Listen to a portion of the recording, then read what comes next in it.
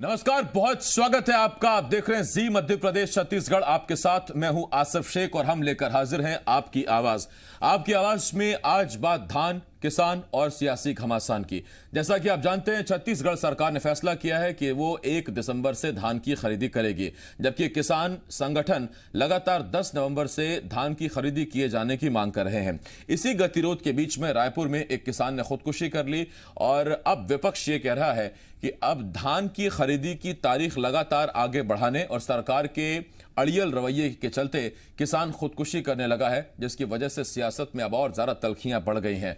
कई सवाल हैं जिनके जवाब जानने की कोशिश करेंगे। एक खास पैनल भी हमारे साथ जुड़ेगा। तो आइए शुरू करते हैं आपकी आवाज।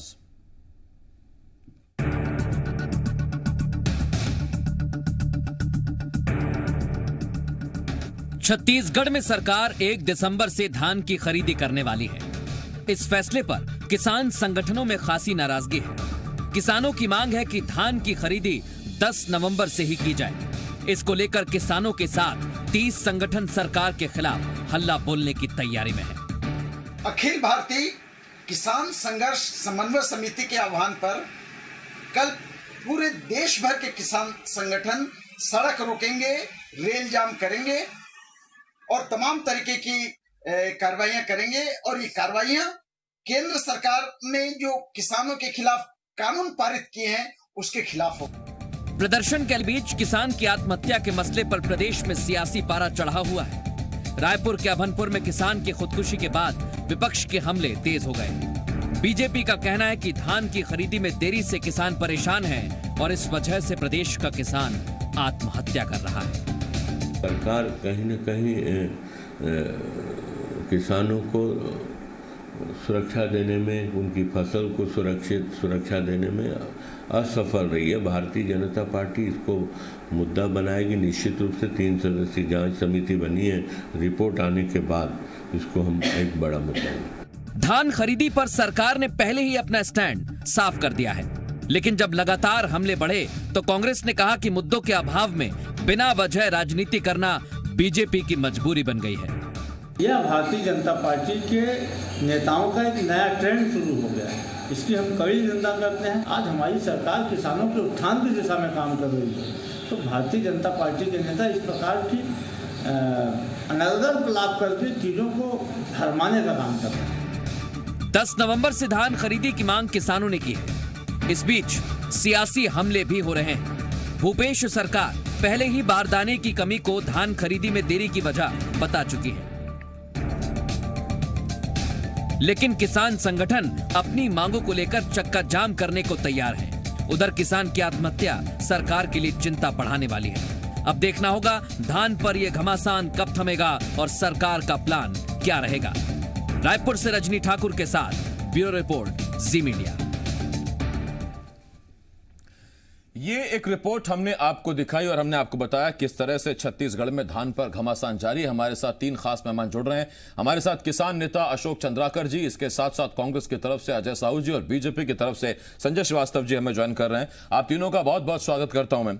सबसे पहला सवाल किसानों का मसला है। किसान नेता अशोक चंद्राकर जी से ही सवाल पूछूंगा। अशोक जी, पहला सवाल ये, सरकार बता रही है कि उसके पास बारदाना नहीं है और यह सबसे बड़ी वजह है कि 1 दिसंबर से सरकार धान खरीदी करने जा रही है। तब तक किसान रुक सकता है, रुकेगा? सरकार के पास बारदाना नहीं है या पैसे नहीं है, यह सरकार का विषय है। मैं एक सवाल से अपनी बात कहना चाहूंगा कि किसानों की हालत खराब है, इस बात को सरकार मानती है कि नहीं मानती?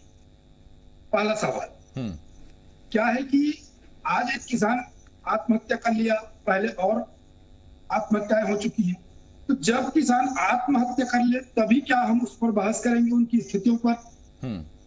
आज लाखों किसानों की हालत खराब है। लाखों किसान जो आत्महत्या के पूर्व की मनोदशा होती है उस मनोदशा में है। मतलब लाखों किसान इस हालत में है कि वो आत्महत्या, 2-4 लोग आत्महत्या करते हैं, बाकी लोग नहीं कर पाते। तो जो नहीं कर पा रहे हैं उन किसानों के बारे में भी कोई चिंता करने की जरूरत है कि नहीं? उस पर कोई बहस, कोई निर्णय, कोई कार्यक्रम सरकार बना रही है कि नहीं बना रही है? उस पर किसानों को कभी कोई शामिल करता है कि नहीं ऐसे कार्यक्रमों को बनाने के मामले में? 1 साल तक किसान को यदि उसके फसल का पैसा नहीं मिलेगा तो उसका गुजारा कैसे चलेगा? इस पर कोई चिंतन कभी हुआ कि किसानों का गुजारा कैसे हो? उनके साथ कोई कम्युनिकेशन हुआ नहीं किसानों के साथ। तो किसान जब बोलते हैं कि आप धान की कटाई करके अपने फसल को आप भंडारण करके रखिए और 1 दिसंबर से जब खरीदी चालू होगी तब बेचना। क्या हुआ है किसानों के साथ कि पिछले अनेक वर्षों से धान की मिजाई के बाद किसान खेत से सीधे अपने फसल को मंडी या सोसाइटियों में ले जाता था जहां की उसकी धान की खरीदी हो जाती थी। तो वो पुरानी परंपरा अब खत्म हो गई। लोग ब्यारा नहीं बनाते हैं, अपने घरों में कोई कोठा नहीं रखते हैं धान को रखने के लिए, धान कोठी। तो अब भंडारण करे तो करे कहाँ? सवाल नंबर 1। सवाल नंबर 2 कि यदि भंडारण किसी तरह से कहीं पर वो कर ले तो अभी बीच में उसके जो खर्चे हैं उसका गुजारा कैसे होगा? तो कहीं ना कहीं ऐसा लगता है कि सरकार ये चाहती है कि अभी जो बीच में आवश्यकताएं सरकार को किसानों को पड़ रही है उसके तहत किसान अपनी आधे से ज्यादा फसल को बेच ले तो सरकार को खरीदने का जो बोझ है वो कम हो जाए। मैं लौट रहा हूं आपके पास अशोक जी। अजय साहू जी, पहले मैं आपके पास आ रहा हूं, माफ कीजिए संजय जी, उसके बाद मैं आपके पास आता हूं। अजय जी, मेरा आपसे एक सवाल, सर 2500 रुपए आप धान खरीदेंगे, बहुत स्वागत उसके लिए आपका, बहुत धन्यवाद। लेकिन समस्या क्या है कि 2500 रुपए अभी तक पिछली बार के पूरे पहुंचे नहीं है। तीसरी किस्त पहुंची है, चौथी किस्त अभी भी बाकी है। तो जो आपने 1 साल पहले धान खरीदी उसका अभी तक पैसा पूरा आया नहीं है। यानी जो किसान के हक का पैसा है, जो आप ही ने घोषणा की थी, किसी ने आप पर कोई बोझ नहीं दिया, एक तो वो पैसा नहीं पहुंचा। और दूसरी बात अजय जी, मुझे ये बताइए, किसान के हक का पैसा उसके पास पहुंच नहीं रहा है। और दूसरी बात ये कि पहले सीधा खेत से मंडी ले जाने में अगर किसान का 100 रुपए का भाड़ा लगता था, किसान उसे वहन करता था। अब पहले वो खेत से घर ले जाने के लिए 100 रुपए दे, फिर घर से मंडी में ले जाने के लिए 200 रुपए दे। ये तो अतिरिक्त 200 रुपए खर्च हो रहा है किसान का। एक मैं मोटा मोटा आंकड़ा बता रहा हूं, इसकी भरपाई कौन करेगा?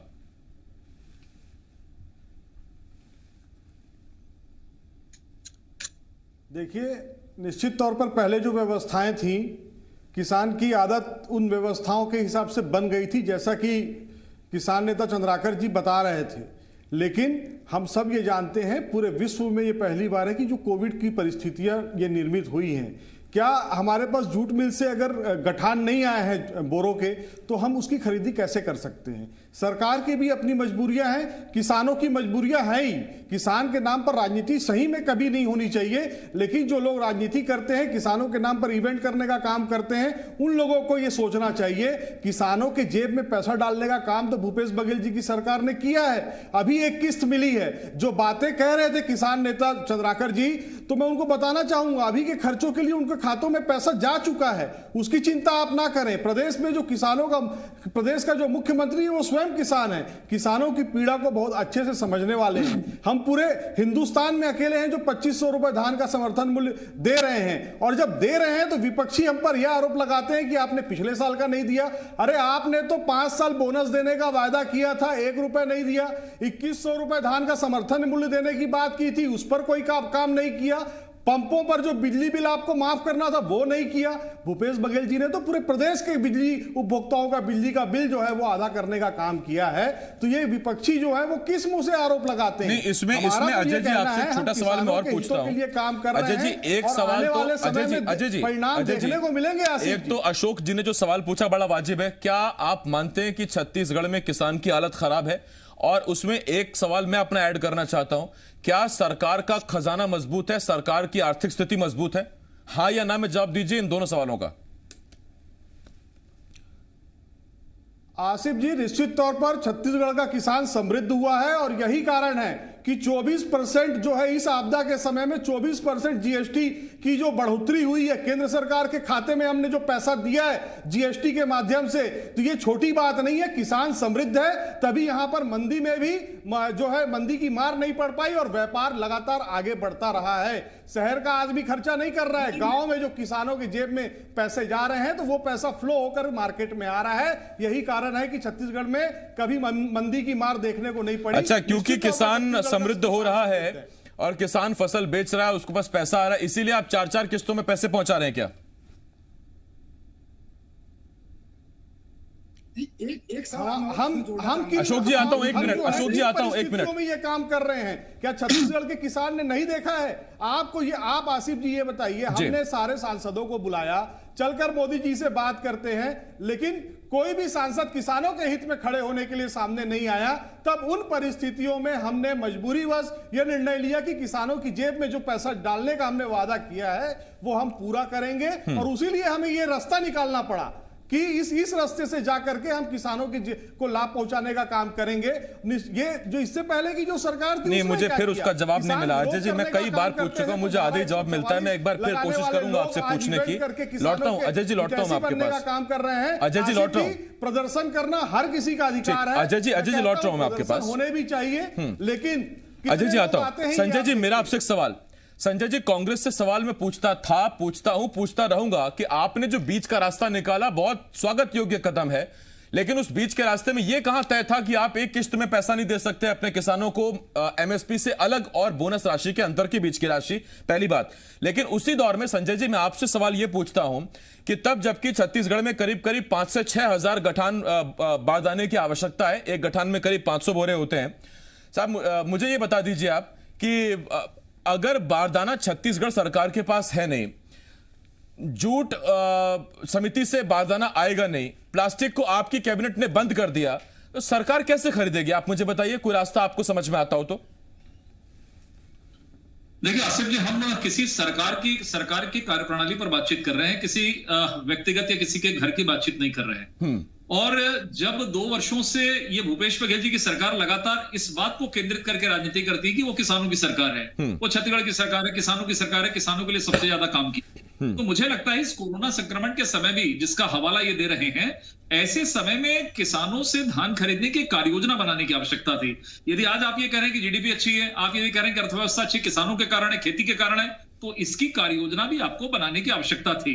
लेकिन ये सरकार जो कि लगभग 2 वर्ष हो गए, 23वां महीना चल रहा है, जिस किसानों के नाम पर इन्होंने अपनी पारी को प्रारंभ कर दिया था, आज यदि सबसे ज्यादा पिटी हुई सरकार किसी स्थिति पर नजर आ रही है, किसी सेक्टर पर नजर आ रही है, तो वो एग्रीकल्चर है। और किसानों के मामले में देखिए, मैं तो अभी ये किसानों की खरीदी की बात है, मैं तो बहुत सारी ऐसी चीजें आपको बताऊंगा कि ये किस तरीके का षड्यंत्र करके ये 2500 रुपए की संजय जी, सारी बातें बता देना, मैं तो फिलहाल बारदाने पे हूं अभी।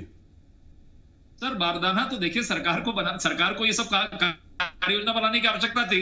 आप 1 दिसंबर को भी खरीद पाएंगे कि नहीं? ये तो आज ये स्थिति बनी हुई है सर। 1 नवंबर में हमने 15 सालों तक कई बार तो ये स्थिति रही कि पानी भी नहीं गिरा, सूखा का रहा, उसके बावजूद जो स्थिति बनती है उसको सरकार को करना पड़ता है। और ये सरकार तो हर काम को करने के लिए कर्जा लेती है, इनके पास प्रबंधन कहां है, कार्य योजना कहां है? कुछ यदि 2 रुपए देना है तो ये कर्जा लेने चले जाते हैं, और छत्तीसगढ़ के ऊपर में कर्जा डालते हैं, उसके बाद देने का काम करते हैं। इनकी कार्य योजना कहां है? दूसरा, एक चीज, 2-3 विषयों को मैं खड़ा करूंगा। देखिए, ऐसा है, ये तो सबसे पहले इन्होंने, देखिए 2500 रुपए की बात है, जो ये पीठ थपथपा के कहते हैं कि हमने 2500 रुपए दिया। देखिए, इनकी एक्चुअली जो 685 रुपए अंतर की राशि है, ये इनको डिक्लेयर करना चाहिए कि हमारी अंतर की राशि द्विवर्षीय योजना है, कि हम आपको 4 किश्त अर्थात 2 साल के अंदर में अंतर राशि देंगे, और 5 साल में हम टोटल 2 बार देंगे या 2.5 बार देंगे, अगला चुनाव आ जाएगा। पहली चीज।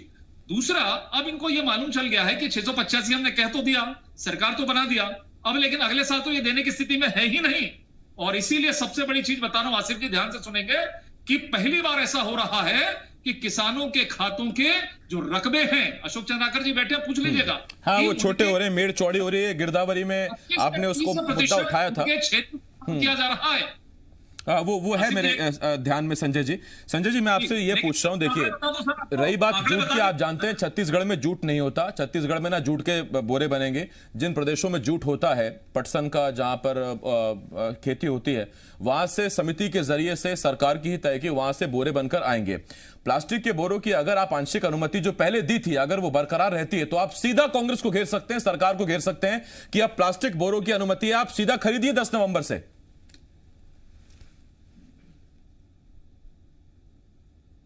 संजय जी, जी आप ही से सवाल है सर। जी रिपीट करेंगे।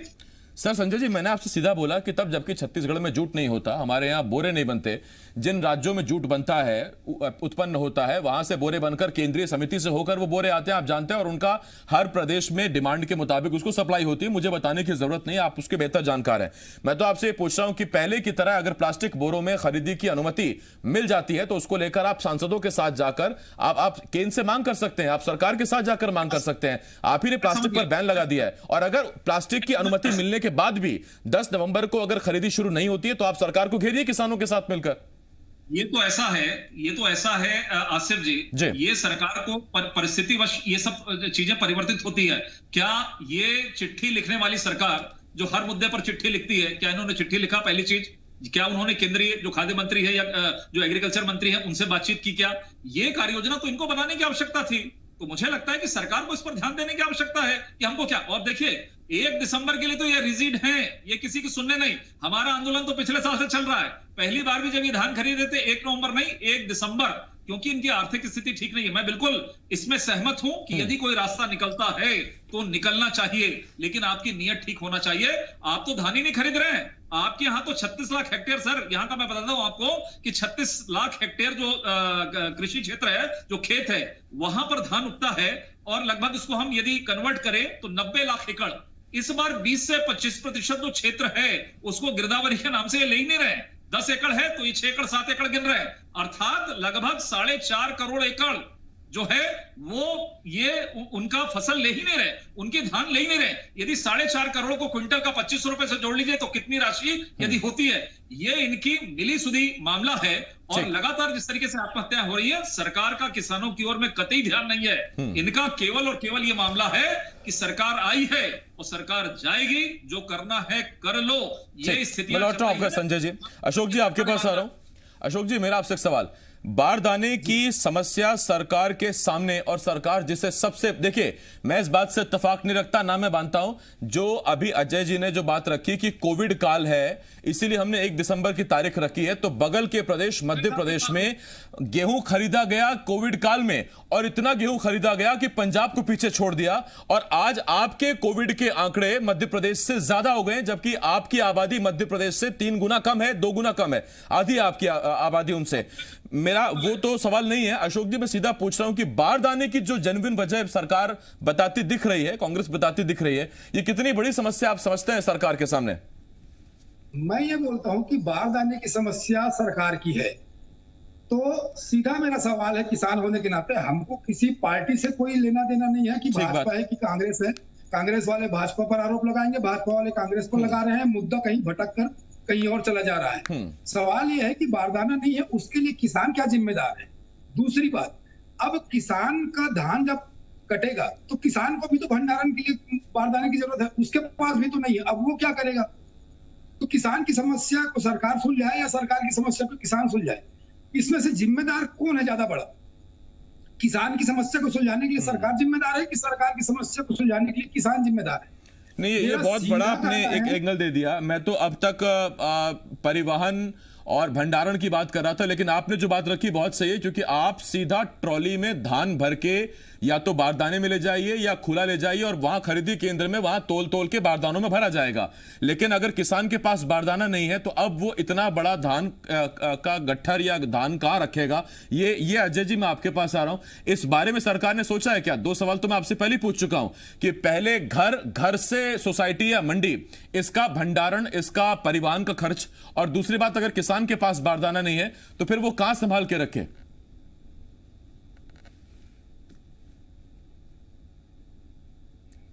देखिए, ग्रामीण परिवेश में निश्चित तौर पर इस तरीके की व्यवस्था रहती है, और किसान के पास इतनी व्यवस्था होती है कि वो उसका भंडारण कहीं ना कहीं सुरक्षित तरीके से कर सके। छत्तीसगढ़ के किसान इतने नहीं, अब देखिए संभालेगा तो सही, आपके भरोसे तो नहीं बैठेगा सर, कहीं ना कहीं तो संभालेगा, लेकिन संभालेगा कैसा, वही तो पूछ रहा हूं। जो राजनीतिक दल के लोग हैं वो लोग कर रहे हैं। छत्तीसगढ़ की सरकार ने, मैं आपको आसिफ जी बताना चाहूंगा, संजय जी बड़ा धान खरीदी की बात कर रहे थे, इनकी सरकार ने 27 लाख टन 2004 में खरीदा था, और उसके बाद जब इनकी सरकार गई तो अधिकतम 50 लाख टन जो धान की खरीदी की थी।